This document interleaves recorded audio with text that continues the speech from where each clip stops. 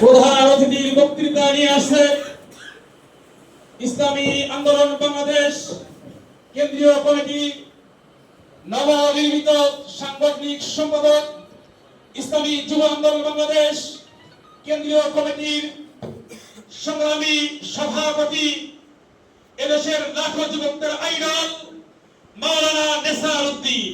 মাওলানা নেসার উদ্দিন, নারায়ে তাকবীর, নারায়ে তাকবীর, আল্লাহু আকবার। ইসলামী যুব আন্দোলন। اللهم صل على رسوله الكريم أما بعد.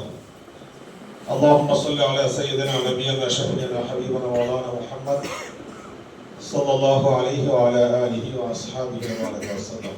ইসলামী যুব আন্দোলন বাংলাদেশ সিরাজগঞ্জ জেলা শাখার উদ্যোগে আয়োজিত আজকের এই উপজেলা ইউনিয়ন প্রতিনিধি সম্মেলনের সহযোদ্ধা সভাপতি, মঞ্চে উপবিষ্ট আপনাদের সিরাজগঞ্জের মাটিও মানুষের সন্তান, ইসলামী যুব আন্দোলন বাংলাদেশের কেন্দ্রীয় তেলাওয়াত সমাজ কল্যাণ সম্পাদক মুফতি শেখ মোহাম্মদ নুরুন নবী, কেন্দ্রীয় সাংগঠনিক সম্পাদক ইলিয়াস হাসান, শিক্ষা ও সংস্কৃতি বিষয়ক সম্পাদক মাওলানা মুর্শিদুল আলম, ইসলামী আন্দোলন বাংলাদেশ সিরাজগঞ্জ জেলা শাখার বিপ্লবী সভাপতি মাওলানা মহিবুল্লাহ সহ ইসলামী আন্দোলন বাংলাদেশ যুব আন্দোলন অন্যান্য সহযোগী সংগঠনের জেলা নেতৃবৃন্দ, থানা নেতৃবৃন্দ, সমবেত সহযোদ্ধা ভাইরা, আজকে আমরা একটি বিশেষ বিষয়কে, একটি বিশেষ কর্মসূচিকে সামনে রেখে এখানে একত্রিত হয়েছি।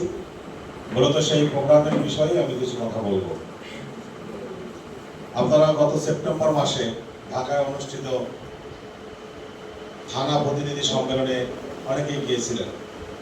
সেই প্রোগ্রামে আমাদের মোহতারাম আমিরের নির্দেশ ক্রমে মোহতারাম মহাসচিব আগামী 17 জানুয়ারি ইসলামী যুব আন্দোলনের ৫ম জাতীয় যুব কনভেনশনের তারিখ ঘোষণা করেছেন।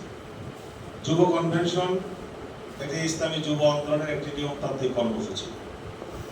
প্রতি 2 বছর পর যুব কনভেনশন অনুষ্ঠিত হয়।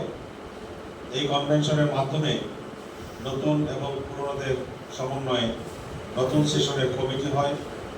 পিছনের বছরের কার্যক্রম পর্যালোচনা করে পরবর্তী পরিকল্পনার আলোকে ইসলামী যুব আন্দোলনের নতুন সেশনের কার্যক্রম শুরু হয়।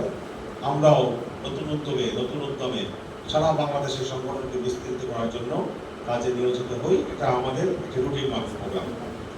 বলতে পারেন যে এই নিয়মতান্ত্রিক রুটিন মাফিক প্রোগ্রামের জন্য ভিন্নভাবে আবার এখানে আমাদেরকে ডেকে আনার কি বা প্রয়োজন থাকতে পারে। অবশ্যই এবারের কনভেনশনের কিছু ভিন্নতা আছে। কেন সেই ভিন্নতা, সেই কথাগুলো বলার জন্য আপনাদেরকে কষ্ট দিয়ে এখানে নিয়ে আসা হয়েছে। আমি আপনাদের সামনে যে কথাগুলো বলবো এগুলো আমার কথা নয়, এগুলো মোহতারাম আমিরের বক্তব্য, আমিরের কথা। মোহতারাম আমিরের প্রতিনিধি হিসাবে শুধুমাত্র আমি আপনাদের কাছে এই কথাগুলো রিলে করব। আপনারা নিজের বিবেক দ্বারা বিবেচনা করবেন। মোহতারাম আমির আপনাকে নিয়ে যে আকাঙ্ক্ষা দেখেন, করেন, যে স্বপ্ন দেখেন, সেই আকাঙ্ক্ষা এবং স্বপ্নের বিপরীতে একজন দায়িত্বশীল হিসাবে আপনার কি ভূমিকা পালন করা উচিত, আপনি আপনার বিবেক দ্বারা বিবেচনা করে সিদ্ধান্ত গ্রহণ করবেন। এবং আশা করি আগামী জাতীয় যুব কনভেনশনে মোহতারাম আমিরের যে নির্দেশ, সেই নির্দেশ পালনের জন্য আপনারা একজন সচেতন দায়িত্বশীলের পরিচয় দিবেন। প্রিয় বন্ধুগণ, দীর্ঘ প্রায় 1.5 যুগ পর্যন্ত আমরা এক স্বৈর শাসনের যাতা করে নিষ্পেষিত ছিলাম। আজকে আমরা এখানে বসে প্রোগ্রাম করছি। আজকে আমাদের যে মনোভাব, গত 5ই আগস্টের আগে কোনো প্রোগ্রামে আসলে নিশ্চয়ই আমাদের মানসিকতা এমন থাকতো না। একটা ভিন্ন মানসিকতা কাজ করতো, একটা ভয়, আতঙ্ক সবসময় আমাদের মাঝে বিরাজমান ছিল।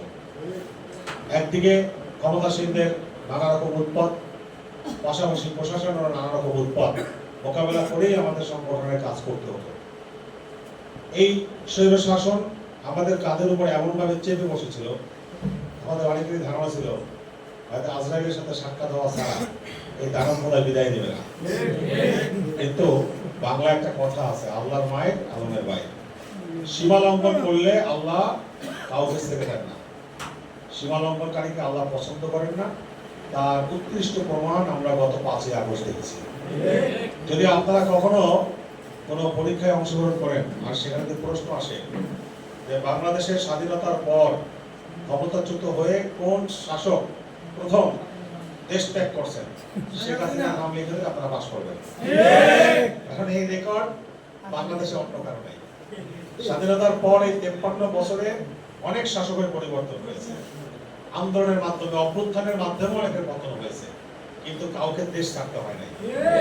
যিনি এই দেশকে নিজের পৈতৃক সম্পত্তি মনে করতেন, যিনি মনে করতেন আমি এই দেশের মালিক, আর এই আপনারা যারা, আমরা যারা আছি, আমরা হলাম তার কেনা গোলাম, যেভাবে বলবে সেভাবেই চলবো, খেতে দিলে খাবো, না খেতে দিলে না খেয়ে থাকবো, এমন একটা একচ্ছত্র অধিপতির মানসিকতা তিনি ধারণ করতেন। তার শেষ পরিণতি কি হয়েছে? চোরের মতো পালাইছে। শুধু চোরের মতো পালাইছে তাই না, দুপুরের ভাত রান্না করছে, খাইও যেতে পারে। ঠিক না ভাই? এমন একটা অরাজক, অস্থিতিশীল পরিস্থিতির মধ্যে আমরা ছিলাম।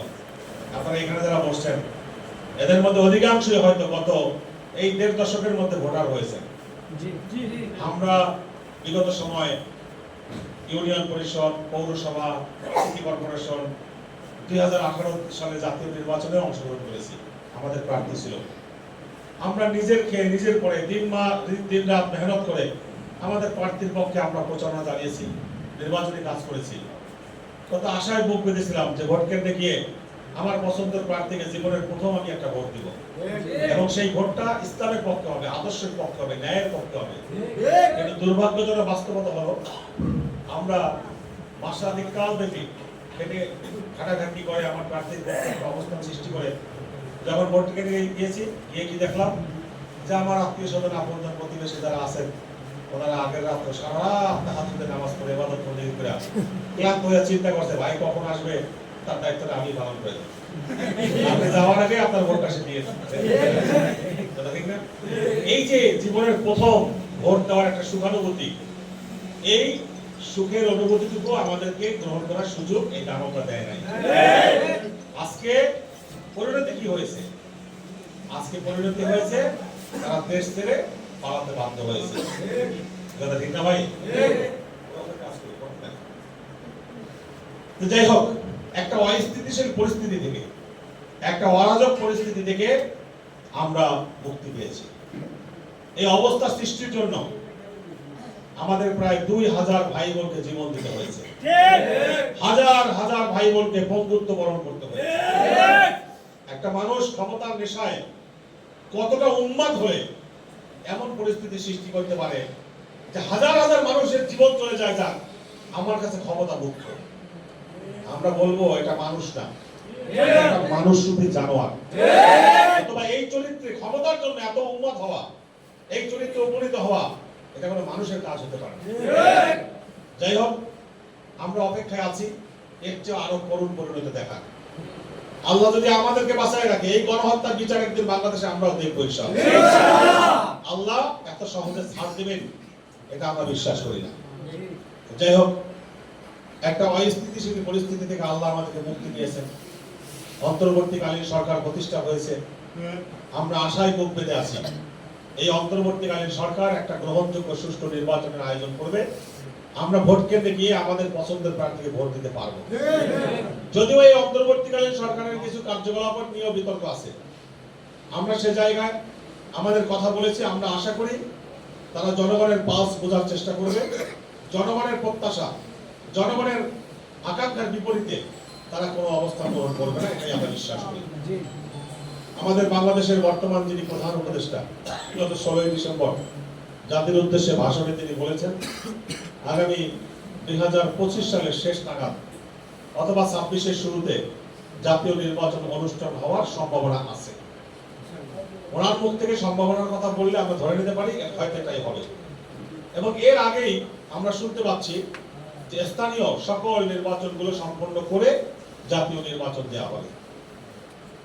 আমরা আশায় বুক বেঁধে আছি যে এই নির্বাচনে অন্তত পক্ষে আমরা নীরবে নিঃশব্দে নিশ্চিন্তে ভোট কেন্দ্রে গিয়ে আমাদের পছন্দের প্রার্থীকে আমরা ভোট দিতে পারবো ইনশাআল্লাহ। যাই হোক ভাইরা, এখন এই ভোটের সাথে আমাদের জাতীয় যুব কনভেনশনের সম্পর্ক কি, সেই কথাটা বলার জন্যই আমি মূলত আপনাদেরকে কিছুটা সময় দেব। আমার মনে হয় যে আমার এই বক্তব্যগুলো কেউ যদি ভিডিও না করেন আমি খুব খুশি হব।